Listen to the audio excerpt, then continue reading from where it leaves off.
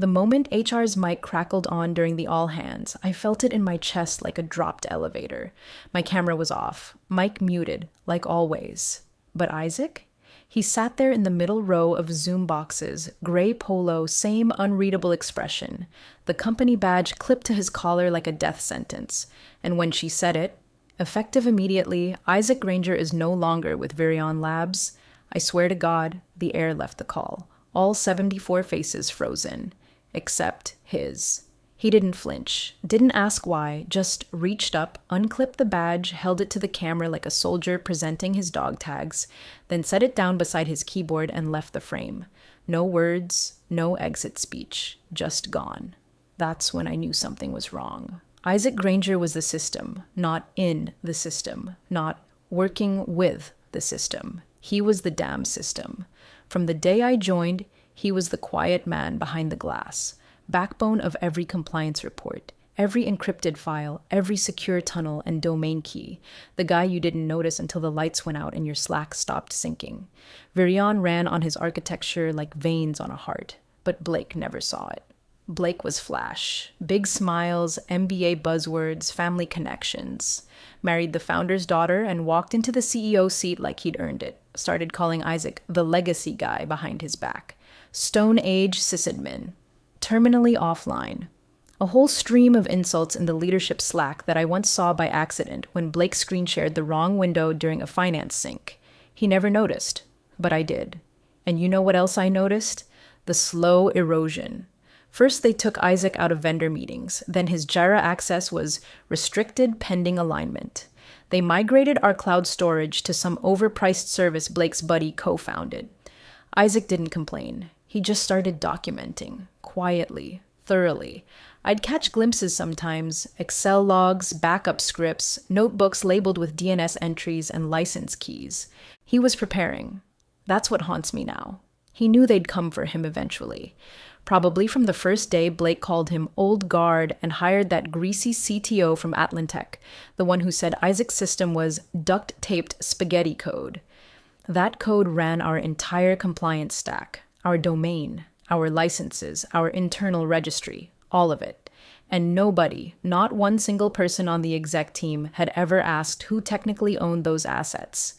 They assumed it was centralized, that the CTO had the master keys, that they could just delete Isaac from the directory and carry on. They were wrong. Look, if you've made it this far into the story, I'm going to ask something simple. Please hit the like button and subscribe. It really helps the team keep telling these stories.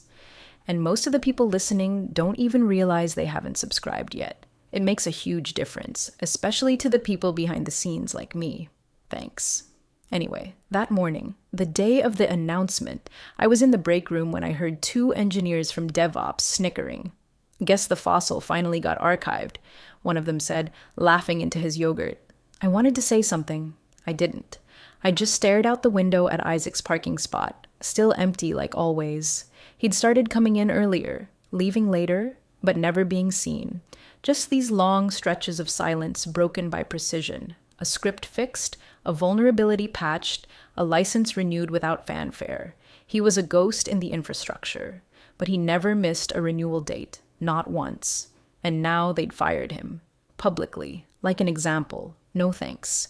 No mention of his decade here. Just a bullet point on a PowerPoint under operational streamlining. And Blake, smug and shallow, smiled through it like he was hosting a game show. 45 minutes later, the fire started, but not the kind you see on screen. This one began deep in the foundation, quiet, precise, and very, very deliberate. None of us knew yet. But Isaac wasn't gone. Not really. He was still here, in the load-bearing bones of everything we touched, and Blake had just yanked out a beam. God help us all. They brought in the new CTO like he was the second coming of Steve Jobs, minus the talent, plus a podcast. Everyone called him Evan, but his LinkedIn header said, E. Crosswell, a digital renaissance officer, a cybernetic evangelist. That should have been the first red flag. The second was his shoes, suede loafers with no socks. The man ran a postmortem on day 1 for a system he hadn't even seen yet. declared half of our infrastructure non-scalable legacy scaffolding, and then said Isaac's entire back-end stack was basically a well-organized haunted house. Isaac didn't react, not with words anyway. He just kept working, kept monitoring license expiries, patching security certs, updating internal dependencies with the precision of a surgeon and the patience of a parent watching their kid wreck a Lego tower they didn't build. I remember passing him in the hallway one afternoon, coffee in one hand, badge reader blinking red on the other door. His access was denied. Again. He didn't say a word. Just tapped once, stepped back, and took a long breath. That was happening more and more. Access revoked. Under review. Pending transition. Blake and Evan were stripping him down, one system at a time. But here's the thing. You can't take ownership of a structure if you don't even know where the foundation's buried. And Blake, Evan, HR, they didn't have a damn clue. Instead, they were busy playing jargon Jenga in every meeting. I sat through a Zoom where Evan introduced something called agile de-escalation loops and frictionless credential streaming. When someone asked if that just meant automating login approvals, he smirked and said, "It's about narrative control in the authentication space." Isaac wasn't on the invite, not anymore, but I screenshotted that moment anyway, just in case. HR started sending him emails with phrases like observed lack of adaptive collaboration and barriers to synergistic transparency. One even said system rigidity as a cultural blocker. I read that one twice and still couldn't tell if it was a complaint or a compliment. Isaac just archived them, didn't respond. But he did something else. He started printing, not just logs or user access sheets. I mean everything. Paper backups of licensing agreements, domain ownership emails, old provisioning maps from the founder's era. His office turned into this quiet storm of file folders, post-it tags, and physical documentation. I caught a glimpse once. Redacted IP maps, registrar renewal receipts, notarized trustee letters for something called Virion Labs IP Custodial Trust. I asked him if he was expecting a subpoena. He didn't laugh. He just said, "Someone will." By then, they'd moved all leadership ops onto a new Slack instance, one Isaac wasn't invited to. Evan proudly announced that we were moving toward a zero-trust security model. Irony so thick you could choke on it. Zero trust? The guy we actually trusted was now locked out of conference rooms while Blake was approving strategy decks full of animated charts showing legacy asset deprecation. Behind the scenes, Isaac was calmly reviewing every clause in every agreement tied to his role. I later learned he found one critical omission. No one, not legal, not IT, not Blake himself, had ever formally reassigned our DNS registrar. It was still registered to him, not as an employee, not even as a contractor, as the custodial administrator of the Virion Labs IP Trust, whatever the hell that meant. At the time, none of us knew what that line on the registry meant. I certainly didn't. Evan clearly didn't. But Isaac had known all along. He'd kept the receipts. And he was quietly verifying just how deep their negligence went. Blake thought he was decommissioning a system. He was dismantling a safeguard. And Isaac? He wasn't resisting change. He was bracing for detonation. The invite landed like a trap disguised as a shrug. Subject line, all hands, org announcements. No agenda, no description, just a 30-minute window slapped on everyone's calendar like it wasn't about to detonate the floor beneath us. Isaac joined on time, as always. Black frame glasses. Calm, unreadable. That same little green dot beside his name, even though half the company acted like he didn't exist anymore. The call filled up fast. 60, 70 faces, a checkerboard of nerves and boredom and ignorance. Blake was off camera, of course. Coward.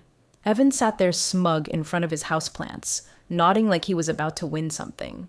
The head of HR, Melissa, was the one holding the dagger, and she was gripping it like she didn't even know which way the blade pointed. Her voice trembled at first, then steadied into that fake professional tone HR people practice in the mirror. As part of our ongoing efforts to align operational bandwidth with strategic modernization goals, right there, I knew. Everyone knew. Half the Zoom call went stone still. We are announcing the immediate departure of Isaac Granger, our longtime infrastructure lead in alignment with our streamlining roadmap. They didn't say fired. just departure, like he slipped on a banana peel into early retirement. Isaac didn't speak, didn't blink. A junior exec on mute let out a snort. Someone in sales smirked. Another had the audacity to clap, one of those awkward, performative little golf claps you'd expect at a PowerPoint demo, not a digital guillotine. I wanted to scream. But Isaac? He reached up slowly, like he'd done it 1,000 times, unfastened his badge from his collar, held it to the camera, close enough for everyone to read his name one last time, then set it gently on the desk beside him. No sound, no goodbye, no speech, just a surgical exit. Then his screen went dark. Melissa tried to continue, something about transitioning responsibilities, but her words started blurring. Nobody was listening, because somewhere inside, even the ones who'd dismissed him, the Slack warriors and agile consultants and cloud speak peddlers, felt the ground shift. Just a little. And Isaac? He walked out of that Zoom like a man stepping off a ship he'd already disarmed. I knew him. Not well. Isaac wasn't exactly a happy hour guy, but enough to read that face. That wasn't defeat. That wasn't even resignation. That was resolve. I pictured him walking across the parking lot, hands in his jacket pockets, maybe to his old Honda Civic, maybe to a coffee shop down the block, somewhere quiet, somewhere wired. Because if you thought Isaac Granger built this company's digital spine for a decade and didn't install a few safeties, you were about to learn the difference between leaving a job and releasing the brakes. Isaac didn't drive off right away. The parking lot behind Virion's main building was half empty. Friday afternoon lull. Most of the exec team working remotely from lakeside patios or overpriced co-working clubs. No one saw him pop the trunk of that silver Civic. No one noticed the hard-sided Pelican case he pulled from beneath the spare tire compartment. No stickers, no labels, just matte black with a single RFID latch and a fingerprint scanner blinking amber until it recognized him and turned green.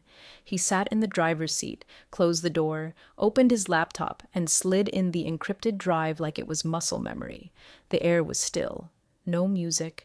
No chatter, just the soft hum of the fan as his terminal came to life. He ran a script. No fanfare, no Hollywood loading bar, just lines of code rolling up like credits on a film no one understood. It wasn't a virus, wasn't ransomware. Isaac wasn't here to destroy anything. He was here to reclaim what was his. The script combed through dormant API channels and redundant fallback routes. Ones he'd written years ago, back when the founder was still sharp and trusted him implicitly. These weren't back doors. These were the doors. The primary registrar, the root keys, the fallback certificate signing authority.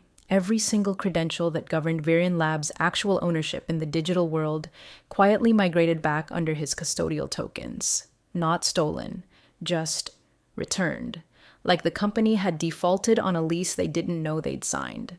Within minutes, the registrar logs reflected a change. Control rights revoked from the generic IT aliases Evan had commissioned, reassigned to a root admin email Isaac had created 6 years ago, one that was technically never part of their corporate directory, only their IP trust filings. He stared at the screen for a moment, like a craftsman checking the level of a finished beam. Then he closed the lid. The building behind him buzzed on, oblivious. Inside, HR popped champagne. No joke. Someone actually opened a bottle. I only know because I heard the cork pop in the background of Melissa's post-meeting debrief with Blake. "You handled that perfectly," she said, voice high from the rush. No outbursts, no drama. Honestly, it was clean. Blake chuckled. "Guy was a dinosaur. We'll rebuild the whole damn system. Better. Faster, smarter." Evan chimed in, camera off, voice full of condescension.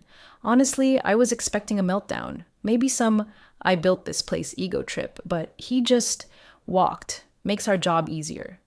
I was still on the call, muted, video off, stomach churning, because I'd seen what Isaac left behind. The printed logs, the old certs, the hand-labeled files with sticky notes that said things like DNS renewal 2024-2029 and trustee signatures, orange copy. He hadn't walked. He'd cleaned the whiteboard. Every critical access point Virion owned was now routing through the one person they just fired without ceremony, without backup, without asking. And they were busy high-fiving each other while the foundation quietly shifted beneath them. You don't fire the architect and expect the house to stand, especially not when he still holds the keys to the damn front door. It started small. A Slack thread in non-client support at 4:13 p.m. Someone from our Copenhagen partner clinic said they couldn't access their patient sync tool. Just spinning, they wrote. Error page says invalid license. No big deal at first. Those integrations hiccup all the time. But then Germany chimed in, then Brazil, then a dozen more. By 4:19 p.m., the company website was spitting 403s like it was allergic to traffic. Front end, down. Back end, unresponsive. The dashboard we use for internal ticket tracking redirected to a browser error that just said, permission denied, owner authentication required. I was watching it unfold in real time, notifications crawling up my screen like ants on a corpse. A compliance tag pinged me, then 3 clients in my inbox. Urgent. License invalid. Error 001 DNS fail. Escalating to legal per SLA clause 6.1. One of them actually used the phrase, material breach. My skin went cold. By 4:25, Evan's voice was cutting through the engineering war room Zoom, sharp with that edge of fake control he always used when he didn't know what the hell was going on. Okay, let's stay calm. This is probably just a DNS propagation thing. We rolled some updates to the cloud relays last night. Maybe it hasn't resolved globally yet. Bullshit. Sasha from DevOps interrupted. We didn't push anything last night, and our relays are returning timeout errors from the root server. It's not propagation, Evan. It's ownership. Something upstream has changed. I've never heard a room go silent on Zoom like that. Not mute, just dead quiet. Digital stillness. Everyone frozen in the horror of what she'd just said. Evan didn't understand. Not really. Okay, but we still control the registrar, right? Just log in and check the record sets. Roll it back if needed. Silence. Then, I tried, said Rahul, one of our senior engineers. His voice was shaking. Tried what? Evan asked. Tried to log into the domain registrar. Access denied. Now even the interns stopped typing. Try the backup credentials, Evan snapped. They don't work either. Then reset it. You're the account recovery contact, right? Rahul's pause lasted 5 full seconds. Apparently not. At 4:31, the Zoom call went glitchy. For a moment, we all thought it was just buffering, but then cameras blinked out. Audio lagged. The app froze. We got booted, not from a bug, but from deactivation. A few of us managed to reconnect using personal links. The rest? Locked out. Slack authentication broke next. We were being peeled off our own infrastructure like dead skin. That's when the emails from legal started flooding in. Subject lines in all caps. Urgent. Service level triggered. Immediate response required. SLA violation. External counsel notified. One partner flagged a clause about platform access continuity. Another had already sent a breach notice. Evan, red in the face, pointed fingers. This is DevOps. This is negligence. You didn't secure the root keys. Sasha looked like she wanted to slap him through the screen. You removed the one person who had them, she shot back. And somewhere in the corner of the frame, Blake unmuted and whispered, Can someone please fix this? Nobody answered, because the one person who could wasn't in the room, and the walls were starting to crack. The all-hands Zoom was still technically running. Most of us had forgotten it was even open, just another tab buried under chaos. People had muted, stepped away, opened side chats to freak out in private. I hadn't left. I couldn't. I was watching it all unravel, one window at a time. That's when she unmuted. Audrey Patel, Chief Compliance Officer, the only exec who ever treated Isaac like more than a malfunctioning Roomba. She was composed, always was. But there was a sharpness in her voice now, like she'd just stepped out of a fire. I have a question, she said. Everyone froze. Blake's camera flicked on. Half-lit room, dress shirt, no tie. Eyes darting off-screen like he was waiting for Evan to text him a lifeline. Audrey didn't wait. Who revoked access to our domain registrar account? You could have heard a pin drop through the VPN tunnel. Evan blinked. Sasha looked down. Rahul pretended to be reading something. No one answered. Blake cleared his throat. There's a reset protocol for transition events. Maybe it triggered by accident. There is no automated transition protocol. Audrey cut in. Because no one ever configured one. Because no one ever transferred ownership. She didn't raise her voice, didn't need to. The weight of her words was enough to pin the whole call in place. And if we've lost registrar access, she continued, calm as ever, that means we've lost DNS control, certificate auth, licensing anchors, domain-linked compliance endpoints, all of it. More silence.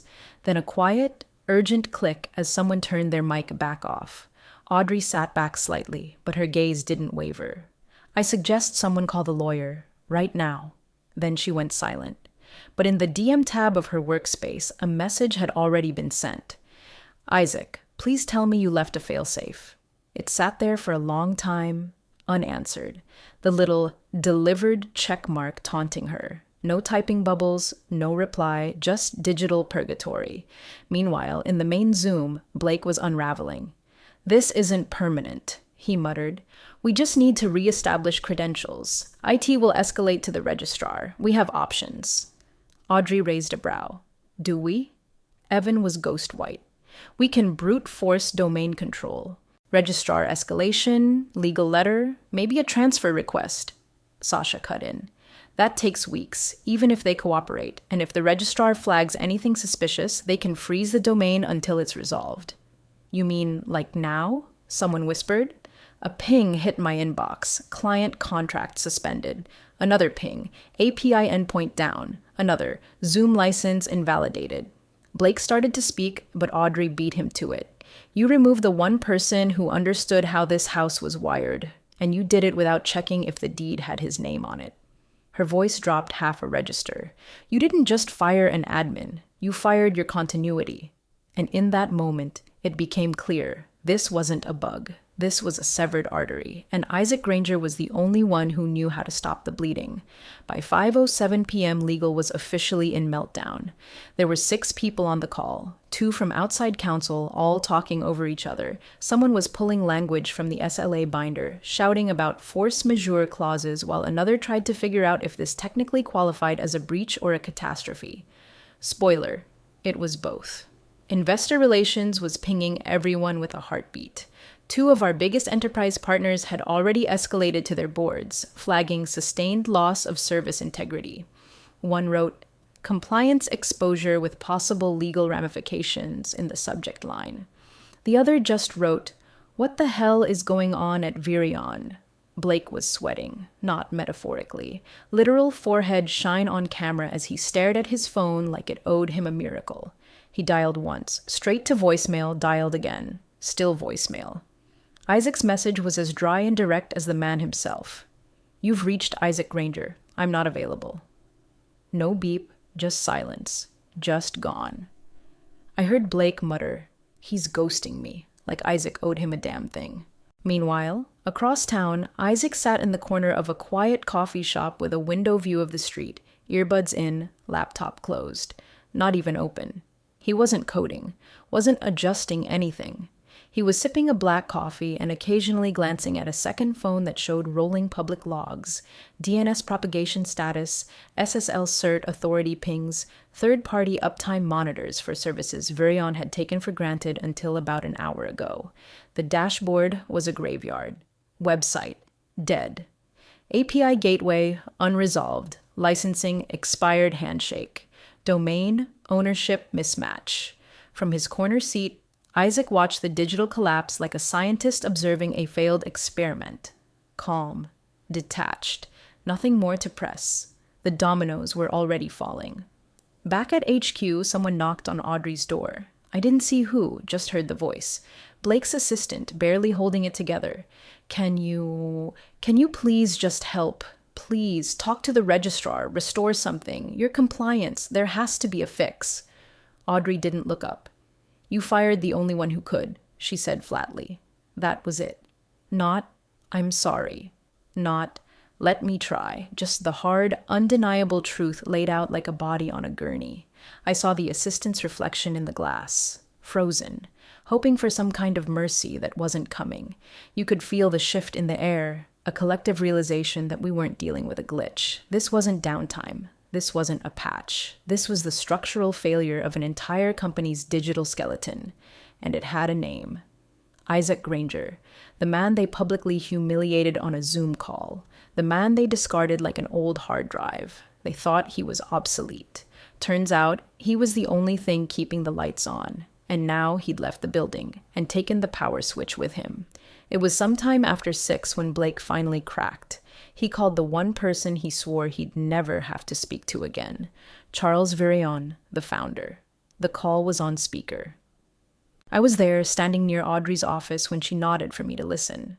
Blake's voice was tight, brittle, holding itself together with whatever was left of his pride.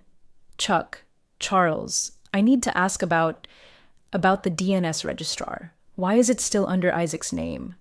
A pause, then the dry rustle of the founder's voice on the other end. Because I asked him to keep it there.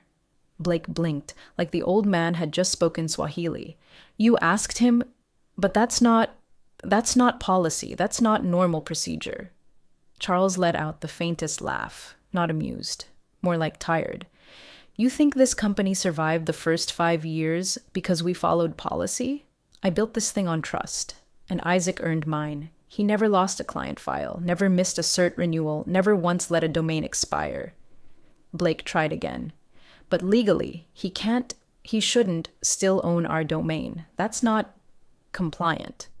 Legally, Charles said, he doesn't own it. He administers it. There's a difference. Another pause. I had our IP structured under a custodial trust when we hit Series B, safer that way, more resilient. Isaac was the administrator. Still is, apparently. That's when legal chimed in. They'd pulled the paperwork from cold storage, literally scanned in from a 2015 binder. The domain wasn't registered to Virion Labs LLC. It was registered to Virion Labs IP Trust. And the listed administrator? I. Granger, custodial admin. The lawyer flipped through the scanned pages, highlighted a paragraph, and read aloud, administrative rights remain with the custodial admin until such time as written transfer is mutually agreed upon by the IP trust grantor or revoked through formal legal reissuance. No automatic reassignment upon termination of employment. Translation. Isaac still had the keys because they'd never legally taken them back. No clause, no override, no kill switch, just ignorance. Audrey sat back in her chair and folded her arms. So let me get this straight, Blake muttered, pale and twitching. You trusted the most critical part of our infrastructure to a single guy with no corporate fallback plan. Charles didn't miss a beat. I trusted the only person who understood what he was doing. Blake looked like he'd swallowed battery acid. And you never told me about this. You never asked, Charles said. The room fell into a hush, heavy with the weight of consequences. Everything suddenly made sense. Isaac didn't steal anything. He didn't hack, sabotage, or break a single rule. He just stopped holding up a structure no one else cared to understand, and it collapsed exactly as it should have. The envelope arrived 2 days later. Cream stock. Real ink. Not some rushed PDF or desperate email. A physical, notarized letter hand-delivered by courier addressed to Isaac Granger in meticulous cursive, like they were trying to dress the apology in formality and hope he wouldn't notice the smell of panic beneath the wax seal. He opened it without ceremony, read it once, then again, slower. It was from legal. Audrey's signature at the bottom, not Blake's. As per our original custodial agreement, it began, we formally request the voluntary transfer of credentials, including but not limited to domain registrar access, license key infrastructure, and cert authority delegation, back to Virion Labs, LLC. There was no groveling, no veiled threats, just a legal white flag, drawn up with enough humility to get past the front door. Isaac sat at his kitchen table. No laptop in front of him this time. Just a plain black terminal monitor wired to a secure offline node humming quietly against the wall. On screen, a countdown timer. It was a failsafe. One last insurance policy, hidden beneath layers of redundancy. If untouched, it would auto-trigger a registrar lockout. Not destructive, not illegal, just absolute. Like sealing a vault no one could ever open again. He stared at the screen. Watched the timer tick down. 4, 3, wow. Then he hit delete. The window vanished. He stood, walked over to his desk, opened his laptop, and typed a single line into a secure mail client. Now that we're aligned, access has been restored. He hit send.